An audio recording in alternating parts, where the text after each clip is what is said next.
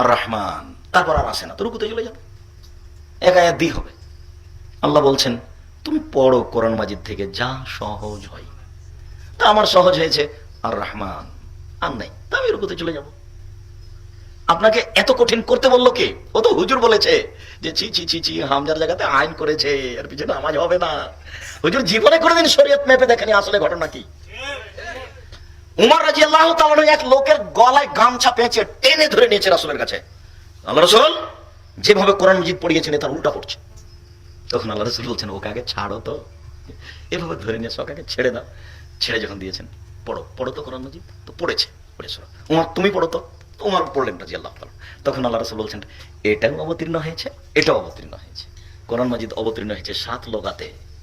রংপুরের লোক বলছে অংপুর, সরকে ওরা সরে অ বলে অংপুর, আর আপনি বলছেন রংপুর, তো শব্দ তো একটাই, জি পানিহানি।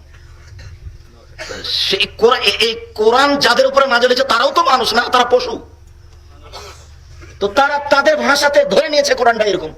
তখন কেউ সদকে সিন ধরেছে, সিনকে সদ ধরেছে, ওভাবে পড়ছে। কোরআন মাজিদ 7 কেরাত অবতীর্ণ হয়েছে সহজতার জন্য। আর হাফেজ সাহেব না বুঝা বলেছেন ছি ছি ছি, করলো কি রে।